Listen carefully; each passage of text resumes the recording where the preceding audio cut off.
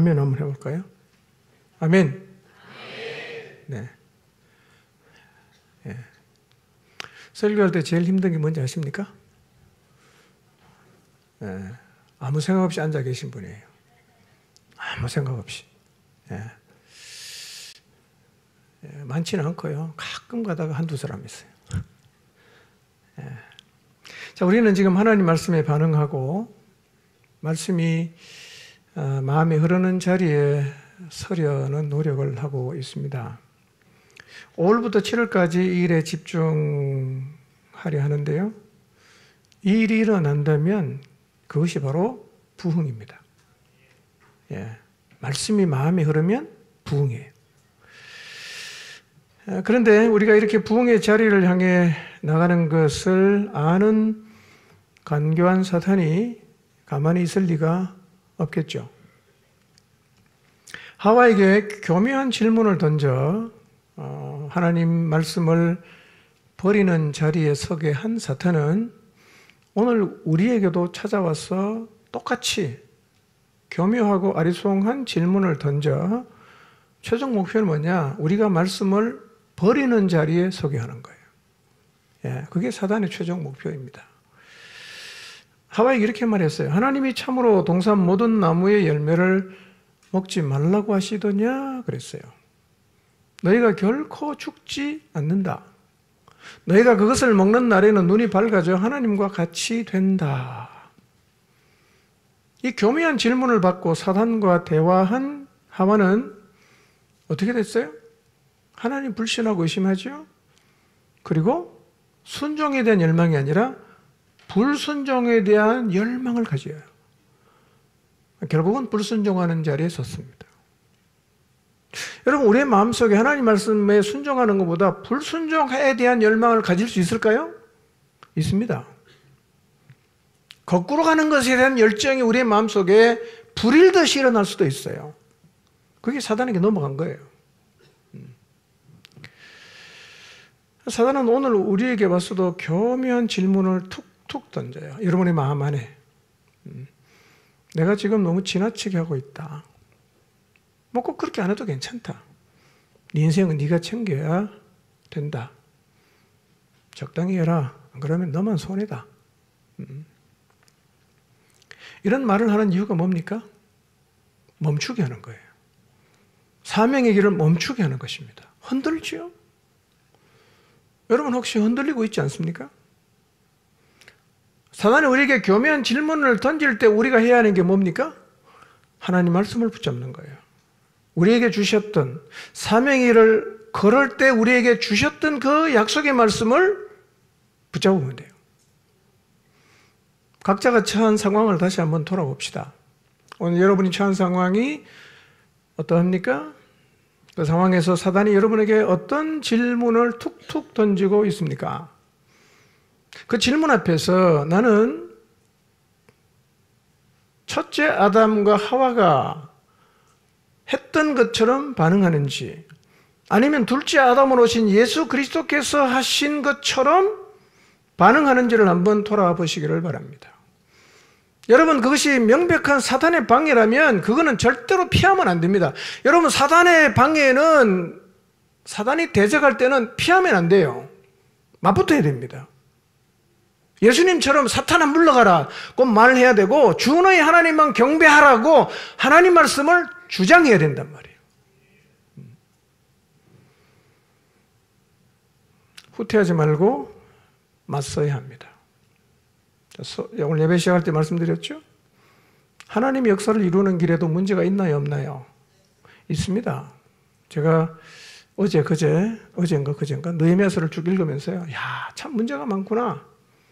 참 느헤미야는 이 문제를 다 극복했구나라는 생각을 하게 됐어요. 52일 만에 성벽 재건 역사가 완성했는데요. 엄청난 헌신, 희생, 그리고 문제를 극복했을 때 사명을 완수하게 됐습니다. 여러분, 편하게 살 수 있죠? 편하게 살면 하나님이 주신 사명은 절대로 안 이루어집니다. 편한 게 문제가 아니에요. 뭐가 중요합니까? 하나님 나한테 하라고 하신 일을 해야 된단 말이에요. 네. 문제는 그 일을 멈추라는 사인이 아닙니다. 잊지 마십시오. 문제는 극복하면 되는 거예요. 극복하면 되는 거예요. 문제 앞에서 멈추지 마시고 오늘 예배를 통해서 다시 한번 그 문제를 치고 나갈 수 있는 힘을 얻게 되시기를 바랍니다. 자, 지난주 말씀을 잠깐 복습하겠습니다. 지난주 말씀 제목이 기억나십니까? 예, 제가 가르쳐 드리겠습니다. 한번 읽어볼까요? 시작. 예. 왜 하나님 우리에게 자꾸 순종하라고 합니까? 좀 내버려 두면 될 텐데 그렇게 자꾸 그냥 요렇게 해라 저렇게 해라 닥달하고 우리를 어디에 탁 가두어 놓으시려는 것처럼 왜 자꾸 우리 보고 순종하라고 하실까요? 여러분, 하나님이 순종하라는 게 혹시 답답하신 분 계십니까? 아, 너무 답답하다. 그냥 틀 속에 갇힌 새장에 갇힌 새처럼 다 가두어 놓고 하나님은 그 안에서만 살라고 하는 게 너무 답답하다, 이런 생각을 혹시 하실 분이 계실 텐데요. 여러분, 왜 하나님 우리 보고 순종하라고 합니까? 숨막혀 질식시키려고 그렇게 하시는 겁니까? 가장 쉬운 대답은 우리가 왜 자녀들에게 순종을 요구하는지를 생각해 보면 돼요. 여러분, 자녀에게 왜 순종하라고 요구합니까? 하나지요. 잘 되라고. 하나님 왜 우리에게 순종하라고 하십니까? 똑같습니다. 잘 되라고요. 우리를 어디 가두어 놓고 그렇게 답답하게 살려고 순종하라고 하는 게 아니라 우리 잘 되라고 하나님 우리에게 순종을 하라고 하신다는 사실을 잊지 마시기를 바랍니다. 이렇게 순종이 너무 중요한데 우리는 어쩌면 순종의 길인 말씀이 아닌 다른 길을 걷고 있을 수도 있어요. 여러분, 지난 한 주 여러분이 어떤 길을 걸으셨던지 한번 생각해 보십시오. 말씀의 길이었나? 내가 만든 길이었나? 월, 화, 수, 목, 금, 토 한번 생각해 보세요. 말씀이 아닌 길은 다 우리가 만든 길이에요. 우리의 길이 어떻게 만들어집니까? 우리의 길이 만들어지는 과정은 주로 두 가지예요. 하나는 멋있게 살아가는 다른 사람의 삶을 보면서, 성공한 다른 사람의 삶을 보면서 아, 나도 저렇게 살아야겠다라고 길을 만들어요. 아, 저렇게 해야 되겠다. 또 하나는 뭡니까? 내 경험이에요. 살아보니까 이게 맞더라. 살아보니까 이렇게 해야 되겠더라. 그래서 내가 만든 길은 경험과 깊은 공감함으로 만들어집니다. 그래서 내가 만든 길은요, 내 가슴 속에 깊이 새겨집니다. 잘 안 지워져요. 그래서 하나님 말씀을 들어도 자기 길을 간단 말이에요. 예. 이게 무서운 겁니다, 이게. 예레미야 10장 1절 2절 자, 읽지 않습니다. 이스라엘 집을 향해서 여호와께서 말씀하세요. 2절에 뭐라고 말씀하십니까?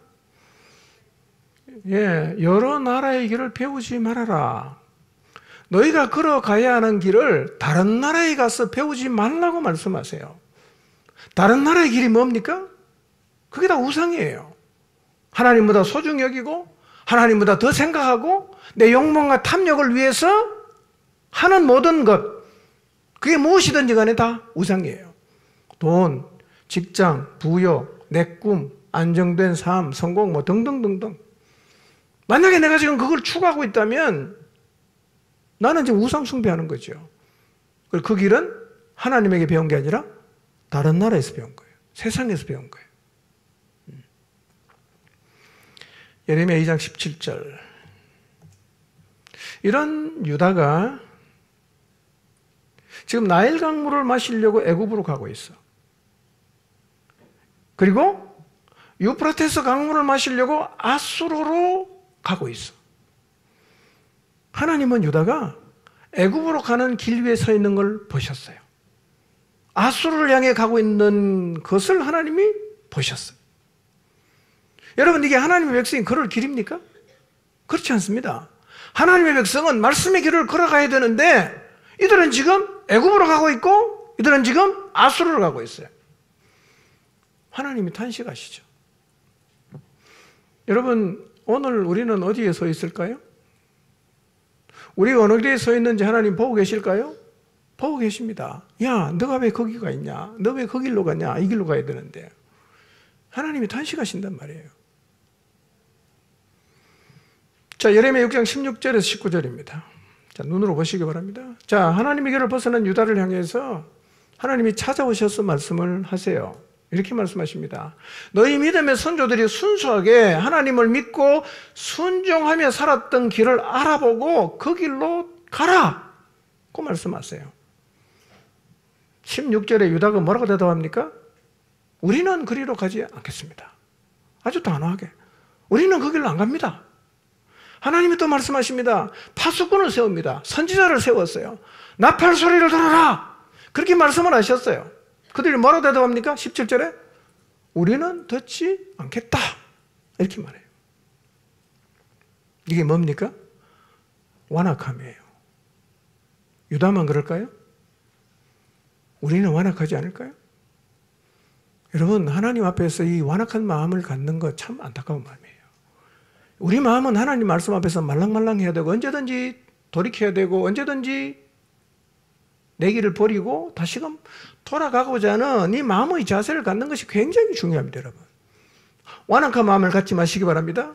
누가 말해도 나는 내 길 갈 거야. 하나님이 아무리 말해도 소용없어. 난 내 원하는 길을 갈 거야. 이게 완악함이에요.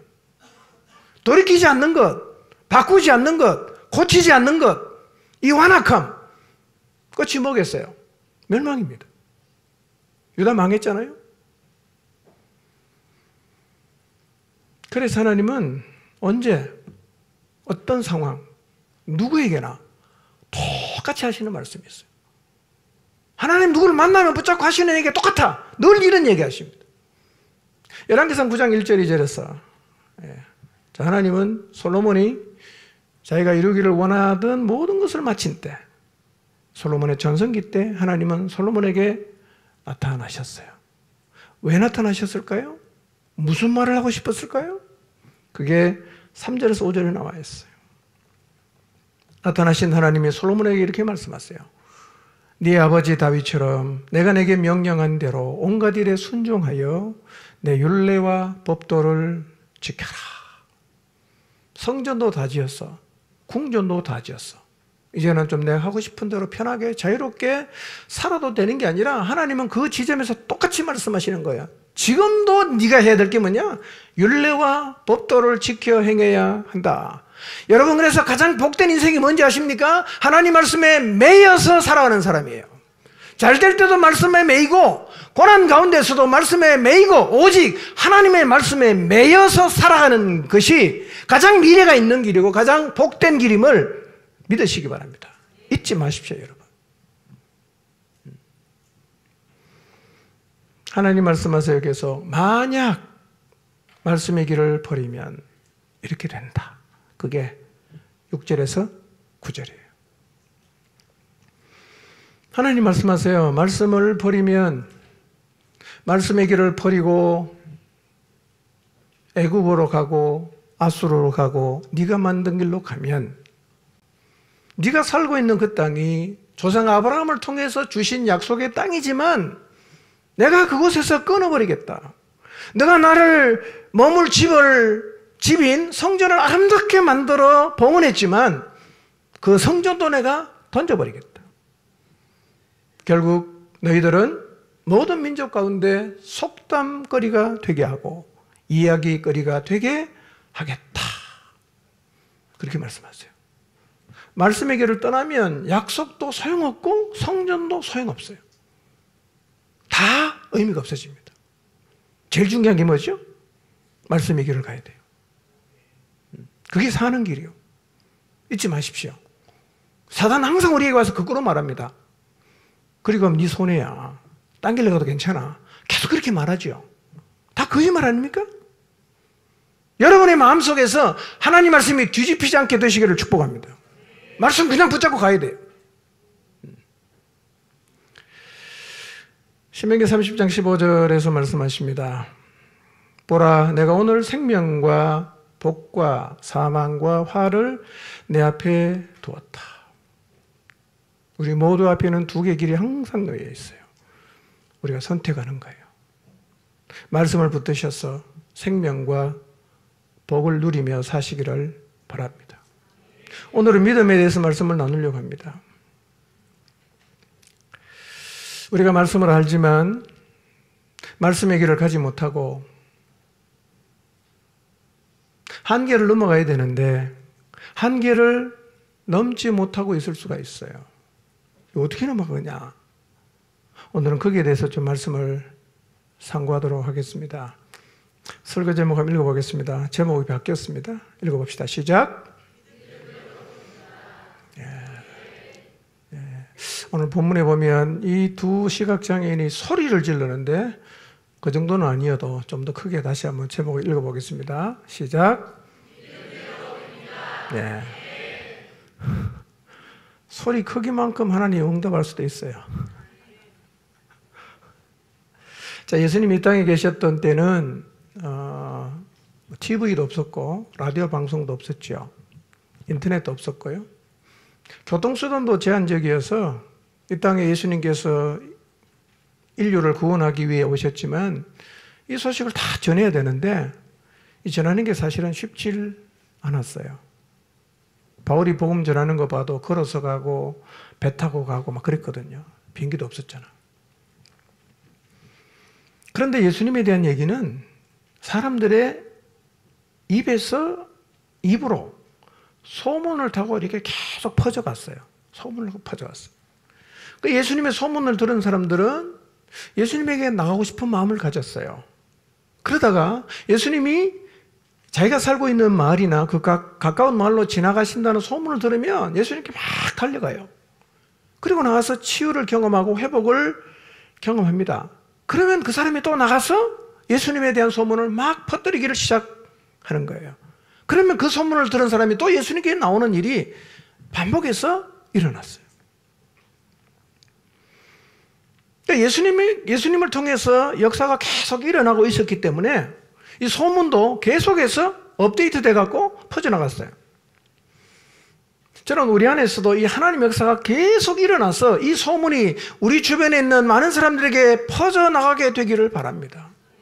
맨날 20년 전 얘기하고 10년 전 얘기가 아니라 어제 얘기해야 되고 오늘 얘기를 계속 우리가 소문으로 퍼뜨릴 수가 있어야 합니다. 아멘입니까? 오늘 하나님을 경험해야지. 맨날 간증하라고 하면 30년 전 얘기하고 20년 전 얘기하는데요. 그런 얘기 하지 마세요. 소용없는 얘기입니다. 자, 26절과 31절로 옵니다. 시작. 그 소문이 그 온 땅에 퍼지더라. 그들이 나가서 예수의 소문을 그 온 땅에 퍼뜨리니라. 26절에 보면 그 소문이 온 땅에 퍼졌다고 말씀하는데요. 26절에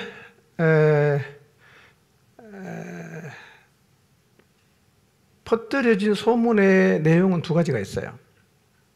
어떤 소문이냐면 하나는 아무에게도 고침을 받지 못하던 12해 동안 혈루증을 앓던 여자가 예수님의 크도가를 만짐으로 고침받는 일이에요. 그 또 하나는 회당장 야이로의 외딸이죠. 12살 된 외딸이 다시 살아난 일이었어요. 이 일은 정말 놀라운 일이었어요. 그 당시에는 의술이 그냥 거의 지금하고 비교가 안 되지 않습니까? 병들면 먹을 약도 없고 그냥 그렇게 살다가 시름시름 앓다가 죽는 일이 비일비재했는데요. 그러다 보니까 이 소문은 병이 들거나 연약한 사람에게는 굉장히 희망이었어요. 어떤 희망이었을까요? 저분 만나면 나도 고침받을 수 있겠네. 저분 만나면 내 인생도 새로워질 수 있겠네. 이런 희망을 갖게 됐어요. 그래서 이 소문은 사람들의 입을 통해서 빠르게 주변으로 퍼져갔어요. 그런데 이뿐만 아니라 이제라도 예수님은 네 사람이 데리고 온 중풍병자를 고치셨고 또 그라사에 가서는 군대 귀신 들려서 완전히 망가진 사람 인생을 새롭게 하시는 일을 하셨어요. 소문이 계속 퍼지는 거죠. 저는 우리 안에 계신 성령님으로 인해서 우리 안에서 치유와 회복의 역사가 나타나고 이 소문 때문에 절망에 빠진 사람이 희망을 품고 주님께로 나오는 일이 일어나게 되기를 바랍니다. 와, 저 사람이 변했네. 와, 저 병이 고쳐졌네. 이런 하나님의 역사가 일어난다면 이 소문이 동일한 환경에 있는 사람에게 예수님에게 나가면 되겠다라는 희망을 갖게 할 것입니다. 여리고성의 기생 라합도 여호와께서 이스라엘 가운데 행하신 소문을 들었어요. 여호수아 2장 9절에서 13절인데요. 너무 길어서 읽지는 않습니다. 눈으로 보시기 바랍니다. 여호와께서 이스라엘에게 행하신 소문을 라합이 들었어요. 그걸 이렇게 생각하는 거예요. 여호와께서 이 땅을 너희에게 주셨다는 걸 나는 안다. 이렇게 말해요. 예. 그러면 라합이 알고 있는 하나님 행하신 소문이 뭐냐? 홍해물을 마르게 하신 거예요. 이거는 일어날 수 없는 일이에요. 대단한 일이죠. 또 하나는 뭡니까? 아모리 사람, 강 건너편에서 아모리 사람의 두 명의 강력한 왕 시혼과 옥을 하나님이 전멸시킨 소문을 그들이 다 들었어요.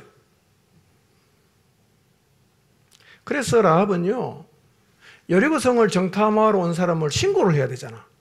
그렇죠? 신고합니까? 숨깁니다. 그리고 어떻게 합니까? 당신이 어차피 이 땅 점령할 건데 그때 우리 가족 좀 구원해 달라고 요청을 했다는 거예요. 이 소문이 무서운 거죠. 저는 우리의 삶 가운데 하나님의 역사가 끊임없이 나타나서 우리의 삶이 하나님에 대한 소문의 진원지가 되기를 바랍니다. 이 소문을 듣고 치유하고 회복하고 새로운 삶을 살고자 하는 사람들이 주님 앞으로 나오는 일들이 일어나야 합니다. 여러분, 예루살렘 교회도 마찬가지였어요. 예수님이 그 변화된 사람들의 소문이 쫙 퍼집니다. 더 많은 사람들이 예수님께로 나오게 되었다는 거예요. 여러분, 어떤 일을 하든 소문은 나게 돼 있어요. 한번 생각해 봅시다. 지금 나를 통해서 어떤 소문이 나고 있을까요? 나를 통해서. 나를 아는 사람에게 나를 통해서 어떤 소문을 내고 있을까요? 우리 가정을 통해서 어떤 소문이 나고 있을까요? 지금 우리 교회를 통해서 어떤 소문이 나고 있을까요? 발 없는 말이 천리를 간다고 하지 않습니까? 일어난 일은 소문나게 되어 있습니다. 요즘에는요, 인터넷이 발달되어서 소문이요, 포항에 퍼지는 게 아니라 서울로 가는 게 아니라 바로 뉴욕으로 가고 아프리카로 바로 갑니다. 전 세계로 퍼져요.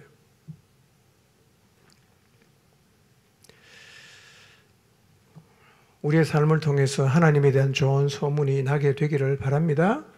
여러분, 집안에 여러분의 가정만 유일하게 예수님을 믿고 있다면 여러분을 통해서 하나님에 대한 좋은 소문이 나서 와, 나도 저 친구가 믿는 예수님 믿으면 내 인생도 새로워질 수 있겠다.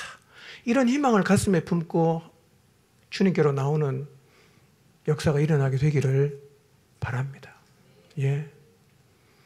그런 소문이 나는 삶을 살아야 됩니다. 그런데 하나님이 역사하신 소문을 듣는 사람에게 일어나는 일이 있었어요. 소문을 들은 사람에게 이런 일이 일어났어요. 어떤 일이냐면 소문을 들은 사람은 하나님을 향한 믿음을 갖게 되었어요. 소문을 들은 사람은 믿음을 가져요. 여러분, 여리고성의 기생 라합을 보세요. 소문 듣고 하나님을 이미 믿고 있는 거예요. 하나님 역사를 믿고 있는 거예요. 오늘 본문에 나오는 이 두 시각장애인도 예수님의 소문을 듣고 예수님에게 나가면 눈 뜰 수 있다는 뭘 갖고 있어요? 믿음을 갖고 있는 거예요.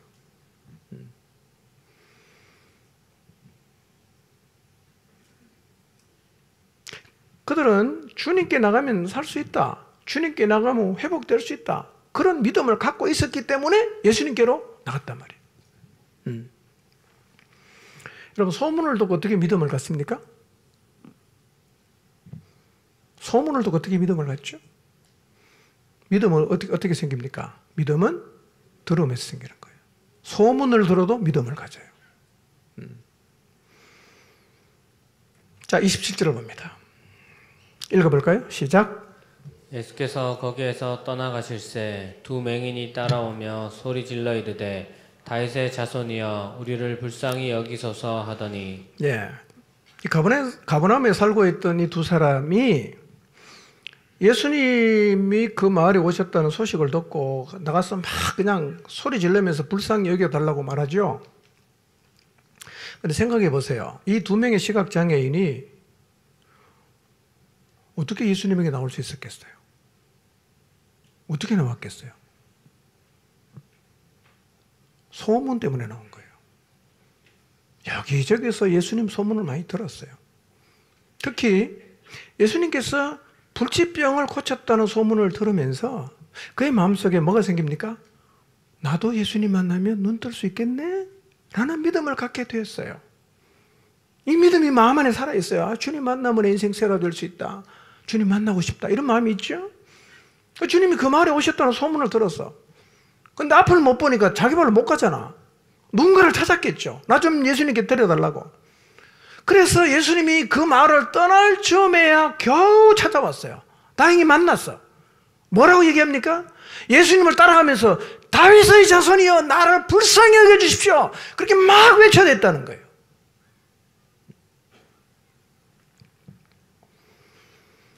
여러분, 두 시각장애인은 예수님 소문 듣고 그렇게 열정을 가지고 주님에게 나와서 나 좀 불쌍히 여겨달라고 외쳤는데 우리는 예수님에 대한 소문을 들은 적이 없습니까? 우리는 하나님에 대한 소문을 들은 적이 없습니까?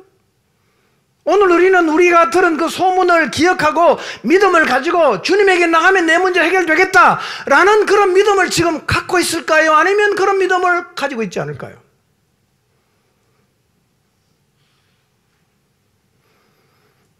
여러분, 예수님 만나면 내 문제 해결된다. 예수님 만나면 내 인생 새로워질 수 있다. 그런 믿음이 만약에 우리에게 있다면 예수님이 계신다는 사실이 얼마나 우리의 가슴을 뛰게 하겠어요.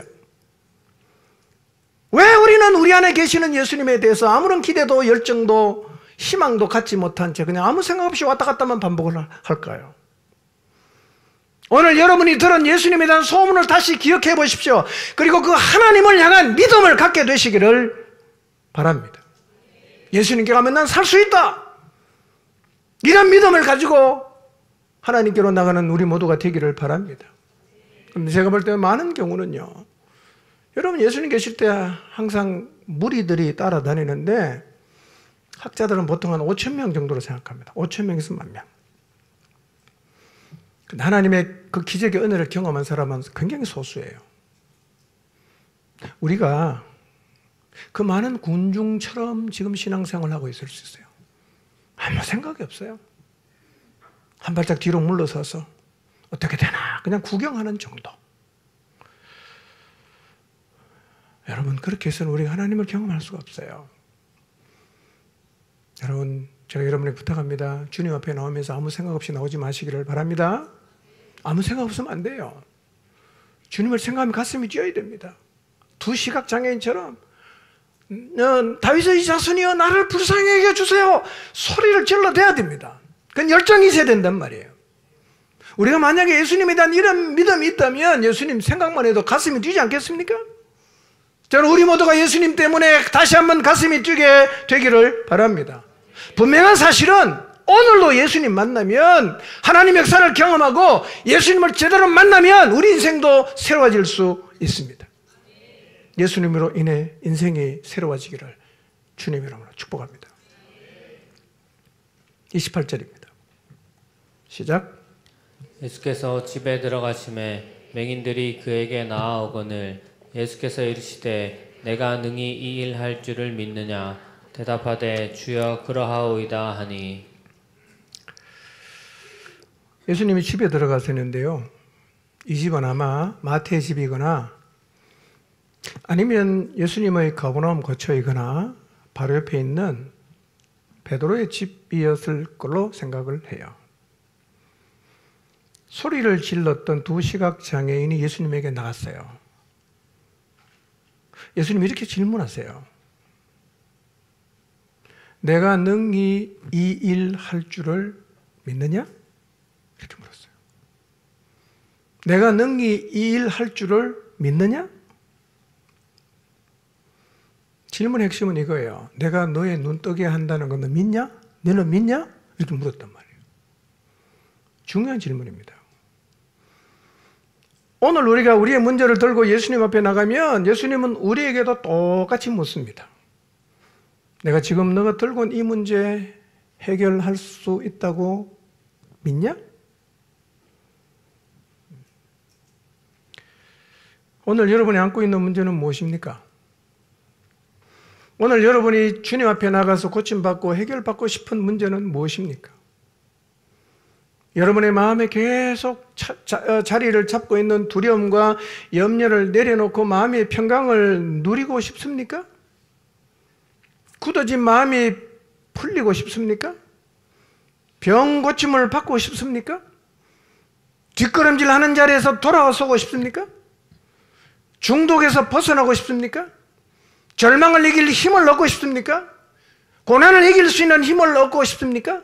기나긴 어둠의 터널을 감당하며 갈 힘을 얻고 싶습니까?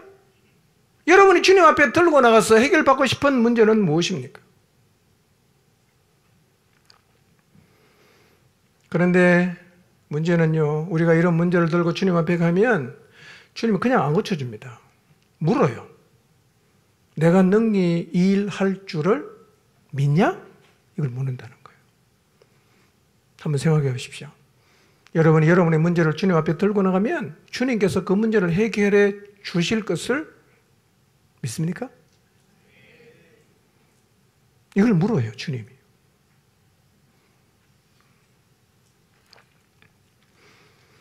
여러분, 예수님께 나와 고침을 받으려고 하면 반드시 고침받는 사람의 믿음도 필요합니다. 예수님께서는 병든 사람이 나오면요, 그 사람의 의지와 아무런 상관없이 무조건 다 고쳐주지 않았어요.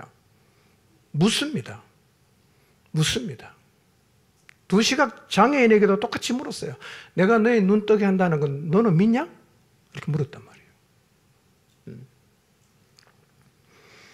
여러분, 이 말은 우리의 문제를 주님 앞에 들고 나갈 때 하나님이 이 문제를 고치고 해결해 주신다는 믿음을 가져야 한다는 말입니다.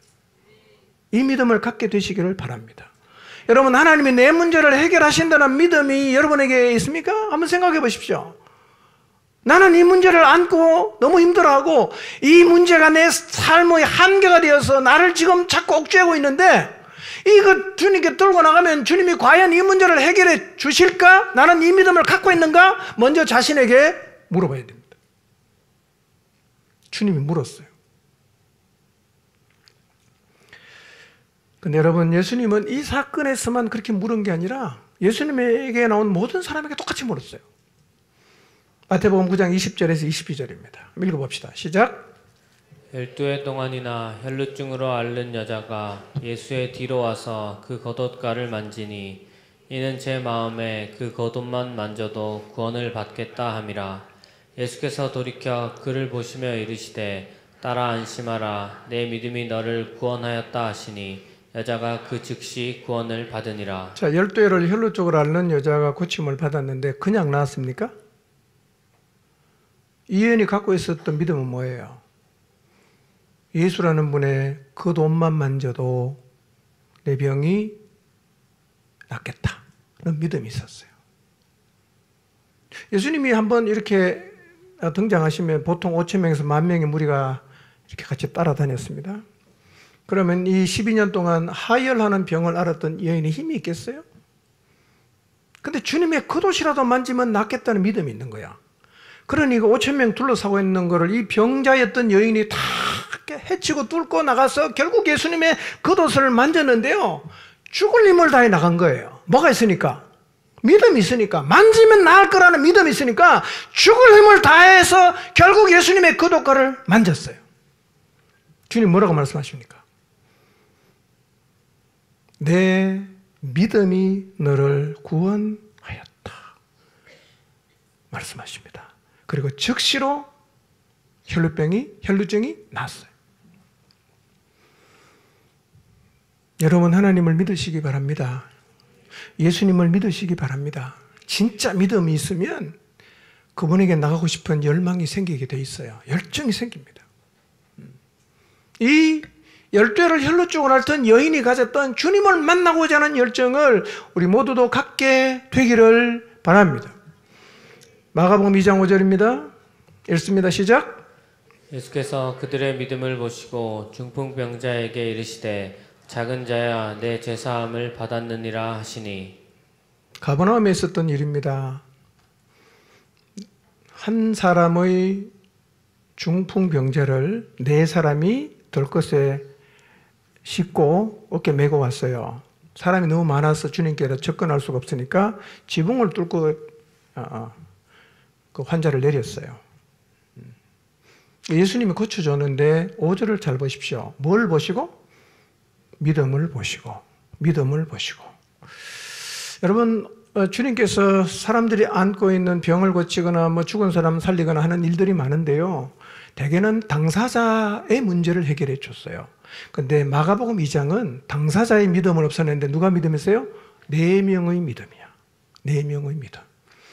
그러니 여러분 주변에 영적으로 힘이 없어서 주저앉아 있거나 말씀을 뒤집어 갖고 세상을 추구하는 사람이 있을 텐데 그들을 다른 사람의 믿음으로도 그 자리에서 구출할 수 있다는 거예요. 구출할 수 있다는 거예요. 여러분 목장에서 힘을 모아서 영적으로 거꾸로 하고 있는 영혼들을 4명이 덜것에 메고 와서 예수님에게 내려서 그들의 믿음 때문에 중풍병자가 치료를 받았던 것처럼 그렇게 믿음을 가지고 여러분 영적으로 주저앉은 영혼들을 살려내시기를 바랍니다. 하나님이 해결하신다는 믿음을 가지시기 바랍니다. 마태복음 15장 28절입니다. 읽습니다. 시작.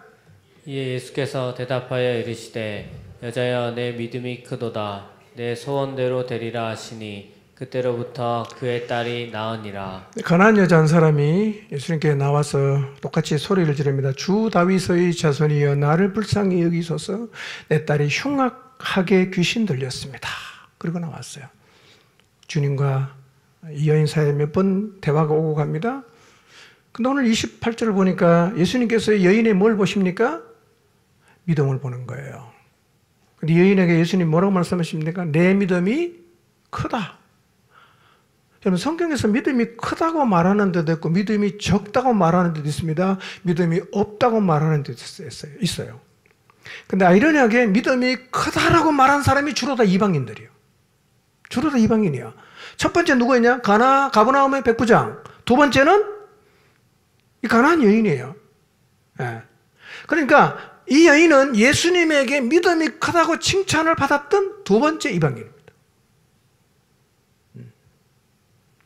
어쩌면 오랫동안 신앙생활을 한 우리보다 처음 교회에 나오는 사람의 믿음이 크다고 주님이 칭찬할지도 몰라요. 오래 교회를 다니면서 타성에 젖어서 믿음은 하나도 없이 관성에 의해서 가고 있다면 우리가 다시 한번 믿음으로 동력을 가지고 하나님을 향해 나아갈 수 있기를 기도해야 합니다. 예수님께 나갈 때는 뭘 가지고 나가야 돼요? 믿음을 가지고 나가야 됩니다. 예수님은 병을 고칠 때 예수님의 능력만 사용하신 게 아니라 병든 사람의 믿음도 사용을 하셨어요. 그래서 묻는 거예요. 내가 이 일 할 줄 믿느냐? 이렇게 물었단 말이에요. 자, 그러면 한번 생각해 보십시오. 왜 주님은 급하게 힘들게 왔으면 그냥 고쳐주면 되지 왜 이런 질문을 하실까요? 너 힘들었겠다. 예수 이름으로 오면 간다. 뭐 그냥 주님 기도해서 뭐 나았다. 이렇게 선포하시면 될 텐데 왜 주님이 그냥 안 고쳐주고 그냥 내가 일을 할 줄 믿냐 이런 질문을 하셨을까요? 이런 얘기입니다. 예수님은 우리가 의지와 결단을 가지고 스스로 나오기를 원하세요. 의지와 결단을 가지고 주님 앞에 나와서 치유를 받으면 어떤 일이 생기느냐? 하나님과의 관계가 만들어지는 거예요. 예, 하나님과의 관계가 만들어져요. 그래서 예수님이 원하는 게 뭐냐? 너의 문제를 해결한다는 믿음을 가지고 너의 의지와 결단으로 나오라는 거예요. 여러분의 의지와 결단을 가지고 예수님께로 나가시기 바랍니다. 여러분의 의지와 결단을 가지고 여러분의 문제를 해결해 주실 예수님에게로 나가시기를 바랍니다. 여러분 의지와 결단이 없는 사람은 도와줘도 소용없고요. 그런 사람은 평생 도와줘야 됩니다. 평생 도와줘야 돼요. 여러분 목장에도 수동적이고 아무런 의지가 없는 사람은요 도와줘도 소용없어요. 평생 도와줘야 됩니다. 도와주는 것보다 더 중요한 게 뭐냐면 그 사람이 살아날 의지와 결단을 하게 만들어 주는 거예요. 의지와 결단이 있어야 장애를 뚫고 환경을 극복하고 주변의 시선을 뒤로 하고 나올 수 있기 때문입니다. 저는 여러분이 믿음과 의지를 가지고 예수님께 나가시기를 바랍니다. 주님을 경험하게 되기를 바랍니다. 주님과 관계가 돈독해지기를 바랍니다. 여러분 뭐 해주면 좋고 안 되면 어쩔 수 없다 이런 생각 버리시고 여러분의 의지를 가지고 결단해서 주님 앞에 나아가 나도 새로워지고 싶다, 나도 하나님 역사를 경험하고 싶다, 그런 마음으로 예수님께로 나가시기를 바랍니다. 예수님이 내가 이 일을 할 줄 믿냐? 질문했을 때 이 시각장애인이 뭐라고 대답합니까? 쉽게 말하면 이거예요. 예, 믿습니다. 그거예요. 예, 믿습니다. 그렇게 대답했어요. 이 대답이 중요해요. 우리도 이 사람처럼 대답해야 됩니다. 여러분의 문제를 생각해 보세요. 내가 능히 일할 줄 믿냐? 어떻게 대답하겠어요? 네, 주님 믿습니다. 이렇게 대답해야 됩니다. 그때 역사가 나타납니다. 하나님을 진실로 믿으십시오. 네, 주님 제가 믿습니다. 제가 지금 얘기하면 여러분이 아멘으로 대답하시기 바랍니다. 예수님께서 두려움과 염려를 굳으시고 여러분의 마음에 평강을 주실 줄 믿습니까? 욕망에 사로잡힌 여러분을 예수님께서 자유하게 하실 줄 믿습니까?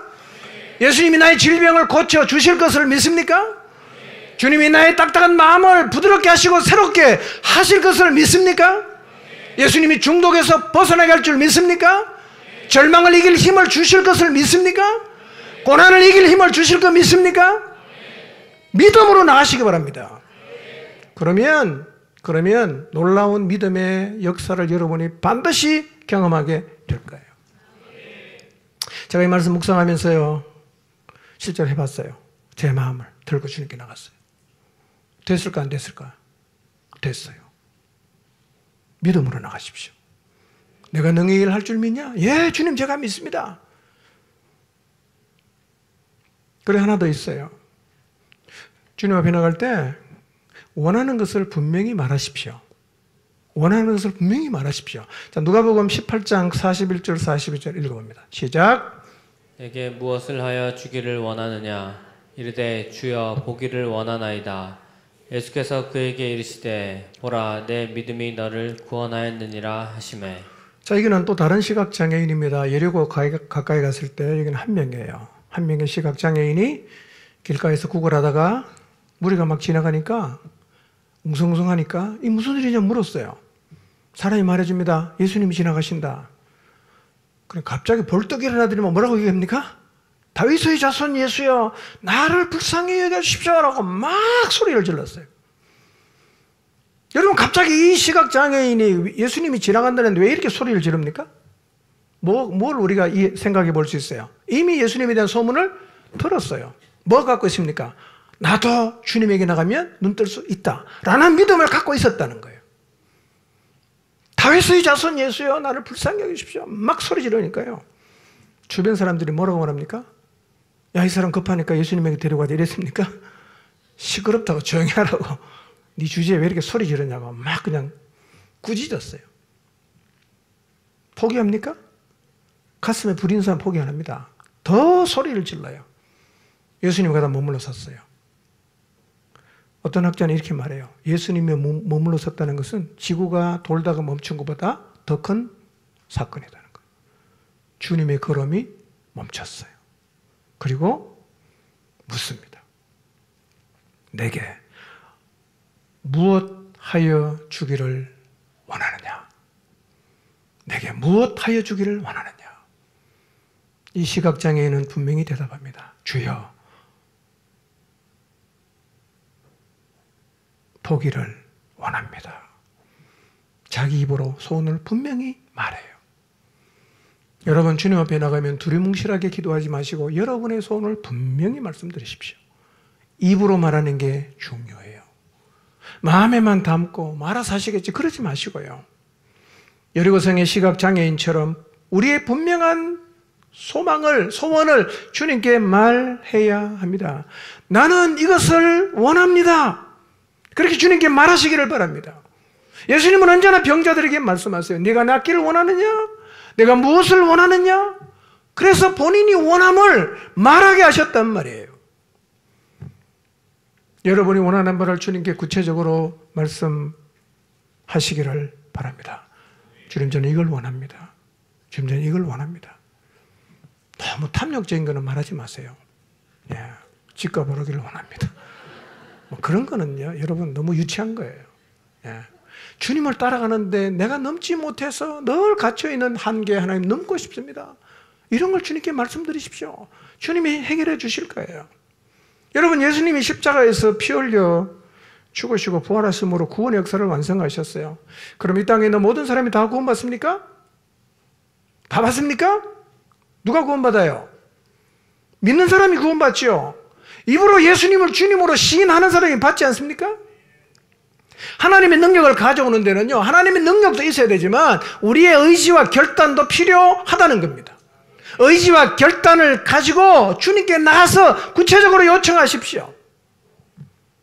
오늘 주님이 여러분에게 만약에 뭘 하기를 원하냐라고 말씀하신다면 여러분은 주님에게 뭘 요청하시겠어요? 생각해 보십시오. 주님, 저는 이게 필요합니다. 주님, 저는 여기서 노인받아야 됩니다. 그걸 주님께 말씀드리세요. 주님, 저는 다람쥐 쳇바퀴들도 그냥 돌고 있는 이 자리에서 벗어나기를 원합니다. 무엇이든 괜찮아요. 여러분의 의지와 결단으로 여러분이 원하는 바를 주님께 구체적으로 다 말씀하시기를 바랍니다. 늘 마음이 무거우십니까? 하나님, 제 마음의 무거움을 좀 사라지게 해주십시오. 자꾸 낙심되십니까? 하나님, 영혼을 향해 나가는데 제가 낙심하지 않고 소망 가운데 나갈 수 있도록 제 마음을 새롭게 해주십시오. 주님께 말씀드리세요. 어떻게 하실까요, 주님이요? 29절입니다. 읽습니다. 시작. 예수께서 그들의 눈을 만지시며 이르시되 너희 믿음대로 되라 하시니. 두 시각장애인이 내가 능히 할 줄 믿느냐? 예, 제가 믿습니다. 주님의 눈을 만져요. 그 뭐라고 말씀하십니까? 너희 믿음대로 되라. 그리고 어떻게 됐을까요? 눈 떴어요. 여러분, 시각장애인의 눈을 뜨게 하는 방법은 수도 없이 많겠죠. 진흙을 이겨서 바를 수도 있고 그냥 만져서 낫게 할 수도 있고 하나님 방법은 무궁무진하니까요. 그러니까 중요한 건 뭐예요? 어떤 방법으로 눈을 뜨겠냐가 중요한 게 아니에요. 정말 중요한 것은 믿음대로 된다는 거예요. 아멘입니까? 믿음대로 된다는 거예요. 그렇다고 보면 어쩌면 우리는 하나님 앞에서 하나님 역사를 경험할 수 있는 무궁무진한 자원을 다 갖고 있어요. 왜 그런 일이 안 일어납니까? 믿음이 없는 거예요. 주님께 안 당하는 거예요. 아무 얘기도 안 하는 거예요. 너무 안타까운 겁니다.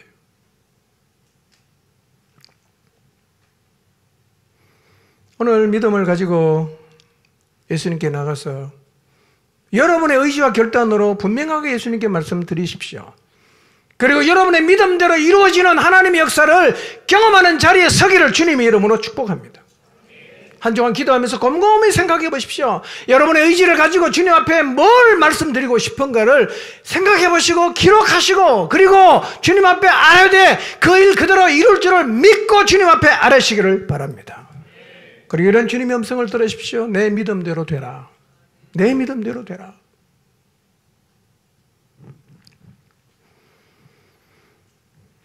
그러니까 여러분, 가능한 일만 들고 가지 마세요. 1%의 가능성이 없는 것도 들고 나가십시오. 하나님 역사는 인간적으로 가능성이 있어야 일어나는 게 아니에요. 12해를 혈루증으로 앓았던 여인, 중풍병자, 시각장애, 문둥병 다 치료 가능성은 0%입니다. 고쳐졌나요?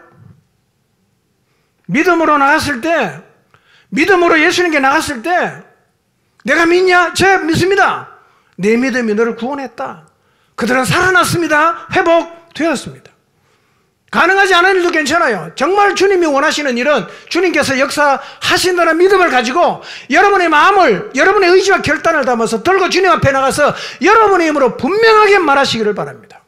믿음을 가지면 하나님의 영광을 보게 될 것입니다. 안 믿는다면, 나가지 않는다면, 말하지 않는다면 아무 일도 안 일어납니다. 여러분, 교회는 아무 일도 안 일어나면 안 돼요. 뭔가 일이 일어나야 됩니다. 끝없이 일어나야 됩니다. 소문이 퍼져야 됩니다. 교회가 존재하는 그곳 주변에 있는 사람들, 교회가 여러분 아닙니까? 여러분 주변 사람들이 나도 교회 한번 가볼까?